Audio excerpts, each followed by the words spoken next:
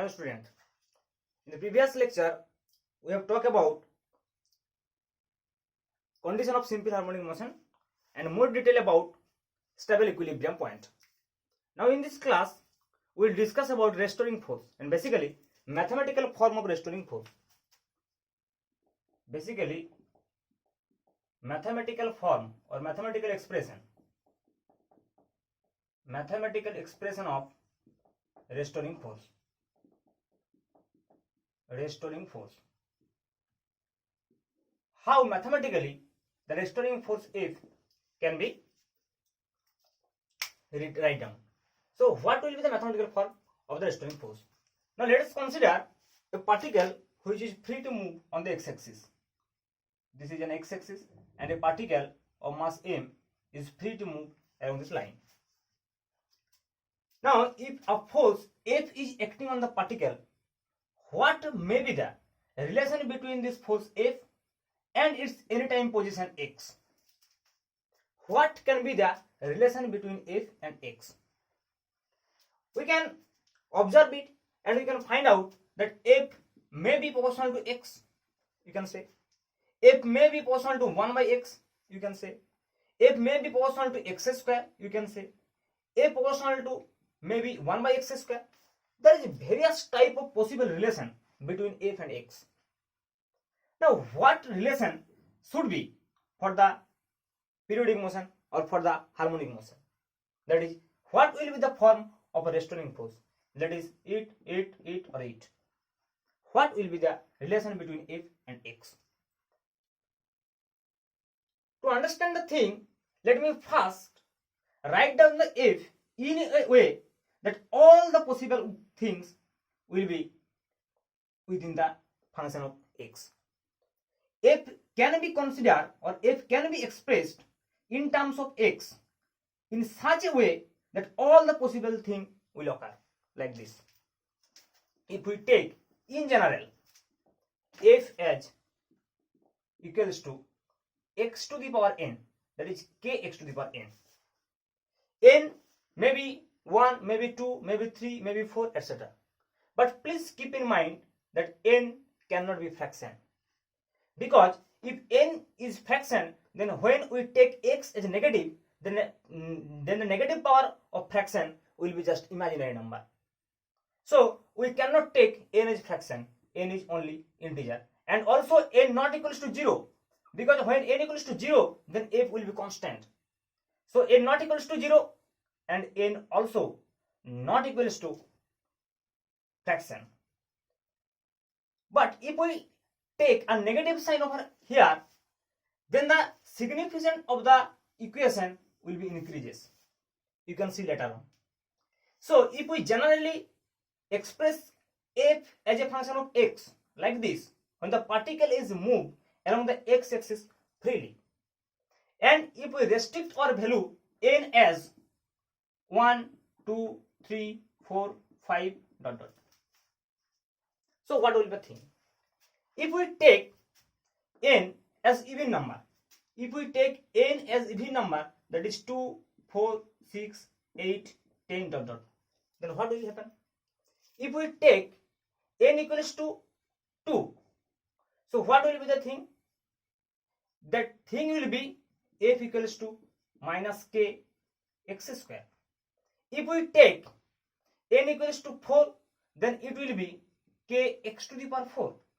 If we take n equals to 6, it will be k x to the power 6. But now, all the thing there will be negative sign. Yes. But if we take 1 by 1, that is n equals to 2, then what will be the thing? Let me discuss. Here the force is F equals to minus kx to the power n. Now let me take the even value of n. When n equals to 2 and x equals to positive, that is the particle go along positive x-axis, then what will be the thing? Here if we take n equals to 2 and x equals to positive, then f will be minus k and plus x whole square is nothing but x square. But if we take x equals to negative, then what will be the thing? F equals to minus k and minus x whole square equals to minus kx square. So these are things same. So when the particle is go along positive x-axis, the force will always act along negative x-axis, as you see from here, F equals to minus kx square. Similarly, if the particle is go along the positive x-axis, that is x equals to positive, then the force is acting on the negative x-axis. Even when the particle is go along the negative x-axis, the force will also act in the negative x-axis. So no matter in what direction particle is going, but the force is acting always on negative x direction. Similar case will happen for n equals to 4, n equals to 6, etc. For all even value of n, the force always will act along the negative x-axis, whatever the particle will go towards positive x-axis or negative x-axis. But if we take the even value of n, then what will be the thing? Odd value of n. If we take odd value of n, that is n equals to 1, 3, 5. Let me first take n equals to 3. Then what will be the thing? Then if x equals to positive, then f equals to minus k x cube. But if we take x equals to negative, then f equals to minus k and minus x whole cube, that is equals to plus kx cube. So the thing is different. When the particle is going towards positive x-axis, the force is acting on the particle towards negative x-axis. And when the particle is go towards negative x-axis, the force is act on it on the positive x-axis. So the force is here actually proportional to minus x cube. That is, it is not only the proportional to x cube, but also it opposite to it. Similarly, this thing can be happen if n equals to 1, then it will be proportional to minus x, because instead of 3 there will be 1. So this is actually harmonic motion, because the particle will executing to and fro motion, because a restoring force will develop on it like this. When the particle will go along the positive x-axis, it will pull towards the negative x-axis. So a restoring force is occur to pull the particle towards its stable equilibrium point. And this motion actually called harmonic motion, because here to and fro motion will occur. And this harmonic motion, when n equals to 1, will be a special type of harmonic motion, that is called simple harmonic motion. And if we take the constant as k, then f equals to, here constant is k, so f equals to minus kx. Can you understand the thing?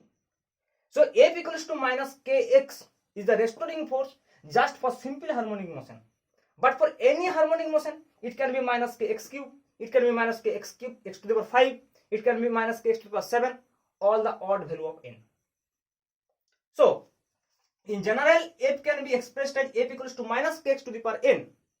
But when we take the odd value of n, then the force will act as a restoring force. And for more simplicity, when we take n equals to 1, then that restoring force will be the restoring force of simple harmonic motion. And we can derive this expression also by using Taylor series expression. We will discuss later on in the next class. We will discuss how this f equals to minus kx force can be derived from Taylor series expansion and using the potential energy concept. Okay, thank you.